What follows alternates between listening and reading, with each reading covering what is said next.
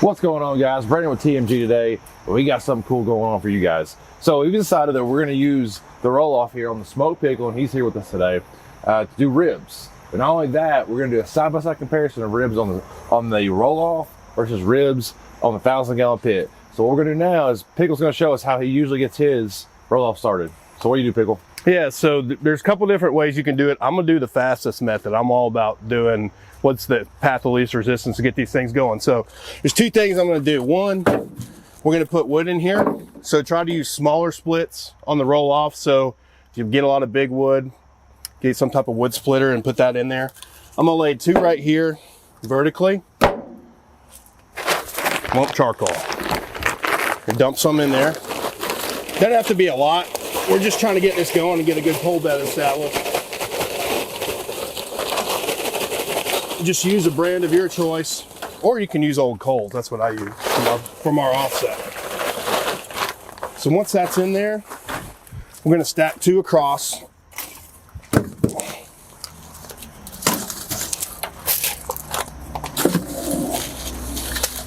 And again, smaller splits work better to get this going. So here's where you can either use TMG torch, or I prefer the old weed burner. And all we're gonna do, bombs away.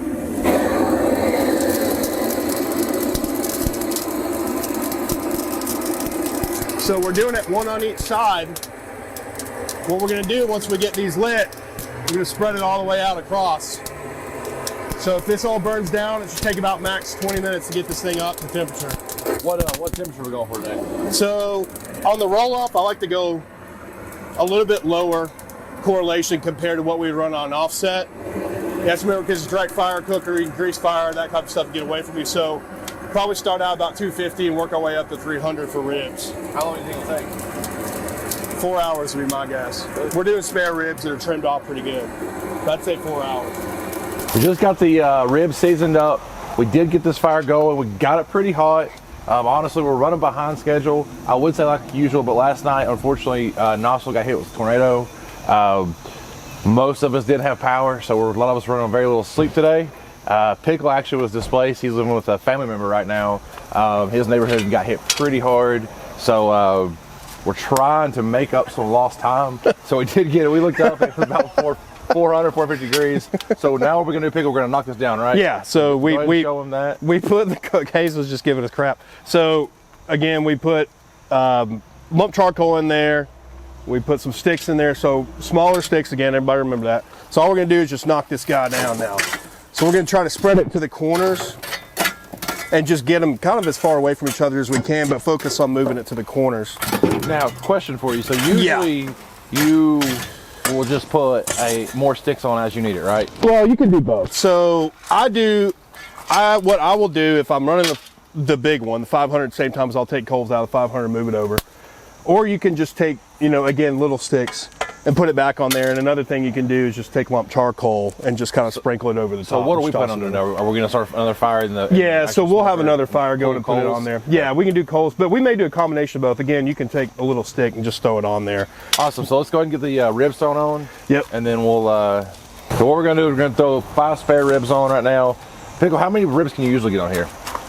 That's what Hayes was asking earlier. So I think big spares, you can get 12. These we could probably get 16 or 18 on here. That's just on top, not the bottom. Just on the top, not even on the bottom. There's also 2 bottom racks in here too. Yeah. Or 2 middle so racks. Those 2 bottom racks are probably going to run 40 degrees hotter, something like that.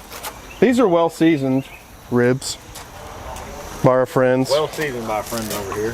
Not by Well Station, but by... That's Lone Station. Lone Station. By Lone Ferris. Smoked Lone Station. The law office of Lone Ferris.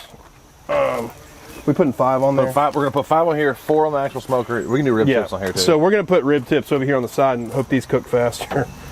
That's going to be our lunch snack. That's our Scooby snacks for today.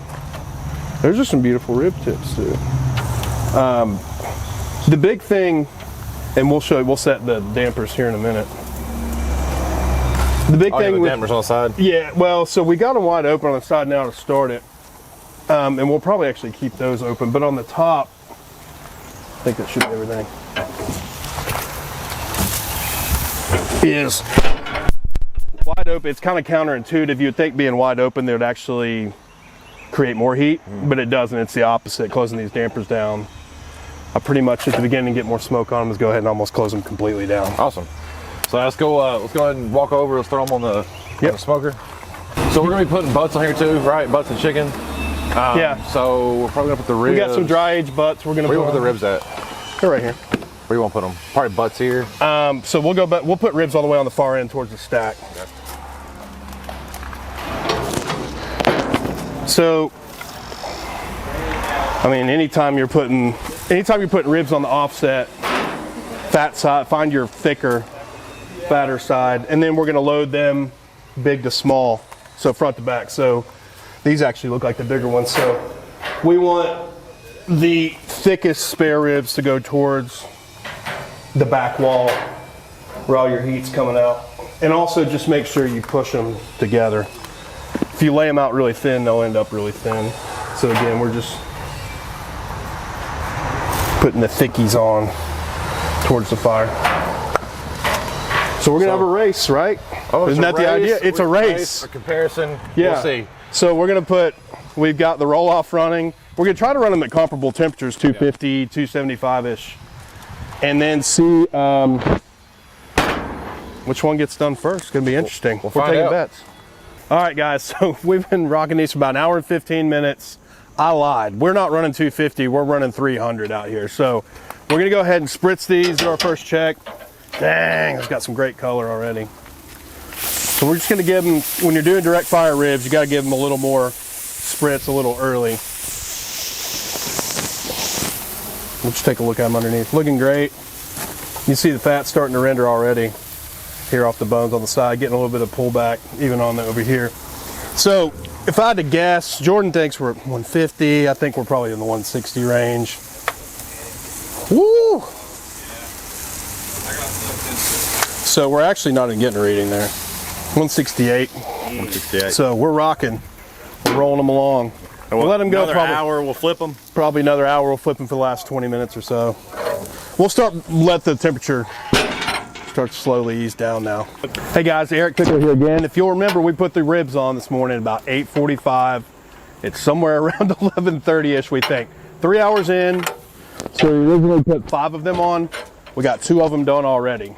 So we're looking about 3 hours. You can see these things are money. Look at those. Great color on them.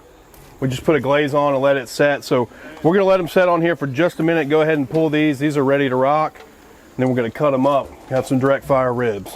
And we got the corn too. Tell people about the corn. Yeah, so we roast our corn for jalapeno corn on our cookers. So we're gonna let this sit on there for an hour, hour and a half. Helps the sugars come out of the corn. And then we'll make our jalapeno corn for sides today. So very versatile cooker. You can put anything on it, smoke anything on it. Works just like an oven sometimes too, depending on what your needs are. All right, guys, got more roll-off ribs coming off. Those ribs are good. See, we're bendy. Got great color, great crunch on these. 3.5 hours, people. You don't have to do it forever. That's the way to go, isn't it? Hey, we're not married to barbecue, we're dating it, right? All right. Because we're going to eat it at some point anyway, so we're going to wrap these ribs, guys. What kind of sauce you got in there, Pickle? So this is actually Well Station's ribby sauce. All we did was thinned it out a little bit and then put a little bit in the bottom of the foil. And we're going to let these sit for probably a couple hours and get nice there. But I think this is his station sauce, his original station sauce we're using here.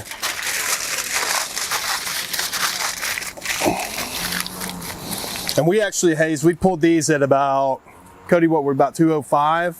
So again, normally I'm going to pull ribs on a offset R500. I'm probably going to start looking to pull them around 190 because we're going to rest them. So on the direct fire cooker, you got to pull them just a little bit higher. It just takes a little bit longer to get them to temperature. So it's all relative. Our direct fire ribs, they're done. These took us start to finish probably about 4 hours. The ribs were on for about 3-ish. We fired up the pit. Took us about an hour to get up the temp. So as you can see, they came off. Color is great on these. Get a close up on that action. Yeah, so we just put a little glaze on them. So now we're going to cut these up. We pulled these probably, one thing I like to do with direct fire ribs is pull them at a little higher temperature because they finish a little bit faster. So we already know who won the race on this. I can tell you guys now, but we'll run the comparison of what they look like, what they taste like, tenderness and all that, and flavor as well. So we're going to cut into these and let everybody enjoy these ribs. So we're going to start down here on the end, just work our way through the bones. These can be a little bit, kind of miss the bone there, Hayes. It's your first time, Pickle. That's right, it's my first time, but you can see good fat render on these. Came out really, really good. The bark, there's not a ton of smoke ring, but one thing you will build is a lot of bark on direct fire ribs here. So we're gonna let everybody taste these and get them out real quick. What we've got is we've got 2 sets of ribs, one that were cooked on the roll-off on our direct fire cooker. We got a set of ribs that were cooked on the 1,000 gallon on an indirect cooker. So what we're gonna do is we're gonna open these up now. These finished about 2 to 3 hours ahead of these ribs. These were about 7 hours and these were somewhere around 3.5 or 4 hours. Pulled them at roughly the same temperature. So we're gonna open them up and see how they look.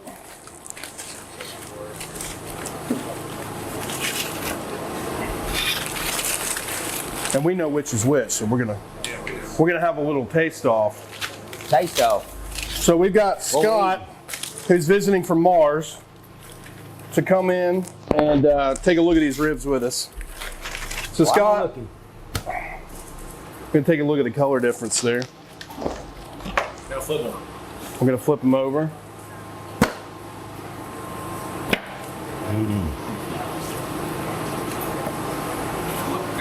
Look pretty good. That looks good. All right.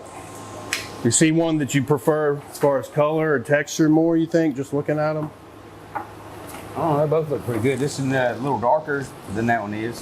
That's probably a little more well done, you think? They finished at roughly the same temperature. We pulled them at the same temperature, so 200 degrees on both of them. Well, hey, let's try it. See which one Let's tastes try them. Let's do it. I'm gonna cut them from the same section.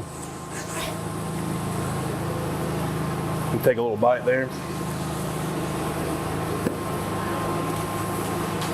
You gonna have me double fisting it? So we'll have Scott double fist some ribs. Trying to get it from the same section too, so you're getting the same thickness and everything. What are you tasting in that one? Meat. Now it don't have a real smoky flavor. You can taste the herbs and spices. Is it tender? It's very tender. Very tender. It doesn't get all caught in your teeth either. What about the texture? Texture's good. It's not dry, good and moist, still warm. Try next one. Good deal. I ain't gotta finish this one. You gotta clean his palate with another rib. I'm gonna get a bear. We're gonna need a translator for Scott. Subtitles. Translator. What we got there? So this is our second rib. That just fell right off there. I can taste the smoky taste on that one. What about texture? About the same, a little bit About the different? same, just same moisture, same, Same tenderness, same everything. tenderness, Just a yeah. little more smoke on that one? just a little bit more smoke in this one. Gotcha. And we cooked and we used the same rib glaze and everything. I mean, same seasoning process and rib glaze and That everything. does have a little smokier taste to it. So if you had to guess, which one do you think this came off of? What'd you cook them on? Yeah, which do you think Now, this? what did you cook them on? I wasn't here. So we have our 1,000 gallon, or we have our roll off, which is our direct fire cooker. I'd say that one's probably the roll off, just because of the look. But Just 'cause as of the far look? as the way it tastes, I mean, Minute difference. minute difference. Just that one's got a little smoke to it. All right. Well, there you have it. So that's it. Scott was right. So this was cooked on the roll off. So again, 3 hours, about 3 hours difference in these two, and cooking time for what Scott says is a minute difference. So, and that's probably, it would make sense. There's a little more smoke flavor on the offset just because the additional time that it sat on there. Otherwise, you can get your time back, get your day back if you want to cook some quick ribs over coals. That was just as tasty. We appreciate it. You heard it from Scott. Hey. Just as